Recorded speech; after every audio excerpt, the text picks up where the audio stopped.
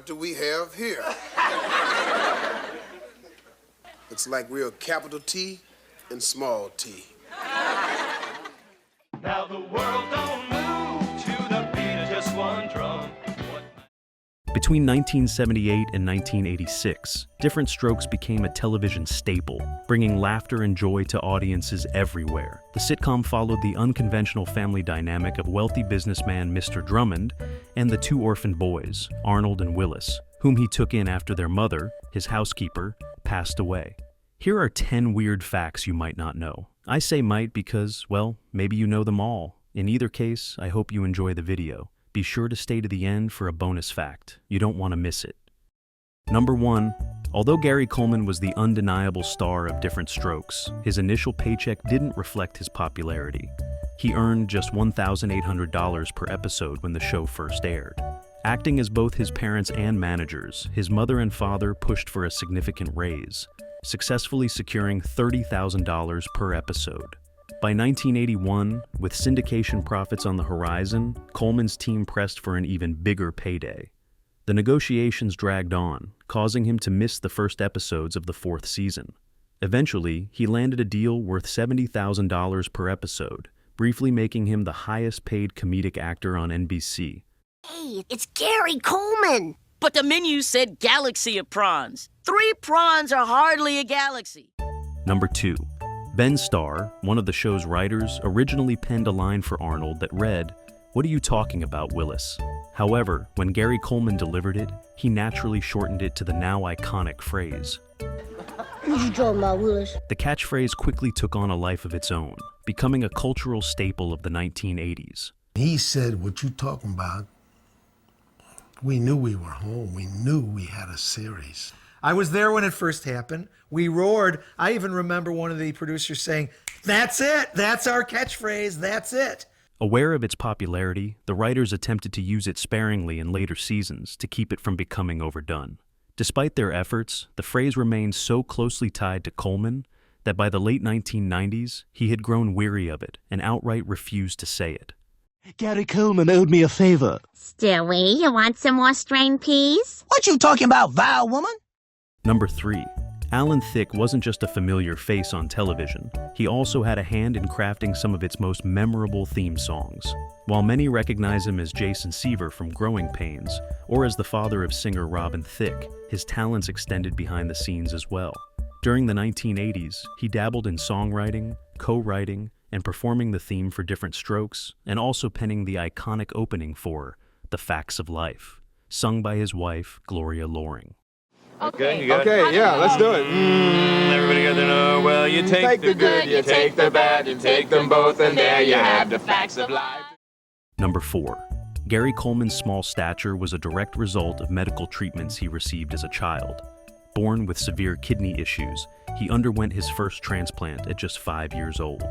A second followed in 1984, and by 1986, rather than enduring yet another operation, Coleman chose to manage his condition with dialysis 4 times a day.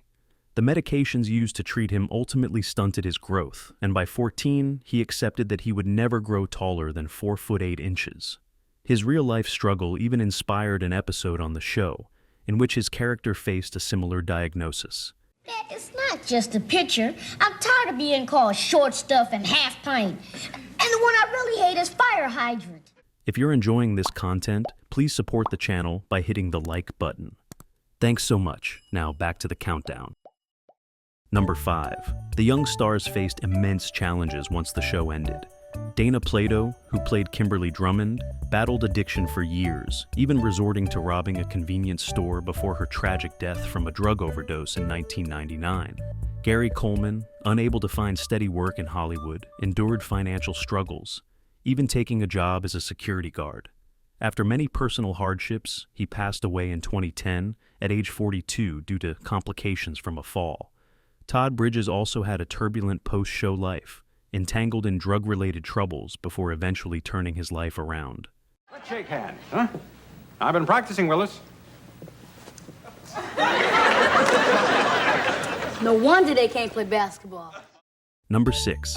One of the most high-profile guest stars to appear was none other than former First Lady Nancy Reagan. She made a special appearance in an episode dedicated to promoting her Just Say No campaign. However, stepping in front of the camera wasn't new for her. Long before her time in the White House, she had an acting career under her maiden name, Nancy Davis. She starred alongside her husband, Ronald Reagan, in Hellcats of the Navy and made her final television appearance in a 1962 episode of Wagon Train before retiring from Hollywood. Yes? Well, I think drugs are disgusting and I'd never take them. My name is Lisa and I'm a Republican. Number 7. Dana Plato, known for her role as the sweet and wholesome Kimberly Drummond, had to leave the series after its 6th season due to her real-life pregnancy. In this book, you're single and you're pregnant. Oh, that. Why didn't you come to me when it first happened? The show's producers felt that incorporating it into the storyline wouldn't align with her character's image, leading to her departure. However, after giving birth, Plato was invited back for several guest appearances during the 7th and 8th seasons. Number 8.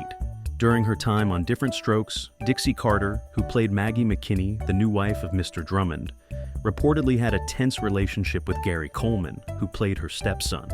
Their frequent on-set conflicts created an uncomfortable working environment, and after just 1 season, Carter departed to take on a leading role in Designing Women.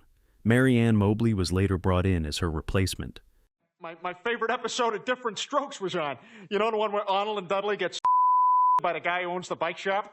All right, now I want you boys to scream real loud at my ass. Number 9. Producers were eager to create a show that showcased Coleman's undeniable charm, which had already won over audiences in numerous TV commercials. At the same time, the network was committed to finding a fresh project for Conrad Bain, best known for his role in Maude. Their solution? Pair them up in a series originally titled 45 Minutes from Harlem. In this early version, Coleman's character was still Bain's adopted son, but the story took place in a suburban town along the Hudson River. But the biggest surprise? There was no Willis. I've never seen a black goldfish before. That's okay. He never saw a rich white man before either. Number 10. In 1985, Gary Coleman made a surprising return as Arnold Drummond in an episode of Amazing Stories. The episode, Remote Control Man, had a Twilight Zone-style twist. A TV-obsessed man discovers a magical television remote that transforms his family into famous television characters. With the push of a button, his wife becomes a television dating show beauty. His son turns into Face from the A-Team. What do I get to be out of? You know, we're supposed to be a team, an equal team. And his other child morphs into none other than Arnold Drummond. Hey, you better get on the stick. I got the Soul Sisters coming over and... Now for a bonus fact. In 1996, The Fresh Prince of Bel-Air reached its series finale.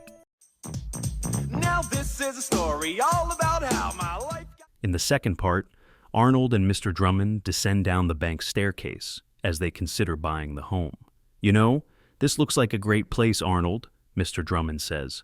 Will Smith tries to turn them off by pretending the place is haunted. He says, "At night, you hear the wailing of the dead." Naturally, Arnold retorts, What you talking about, Will? You know, Arnold, those things were a lot funnier when you were still a little child. Thanks for hanging out today. I hope you got a smile from this content, and I hope to see you again real soon. Wait, I said give me it. That's what you get for messing with Arnold Jackson, lard butt.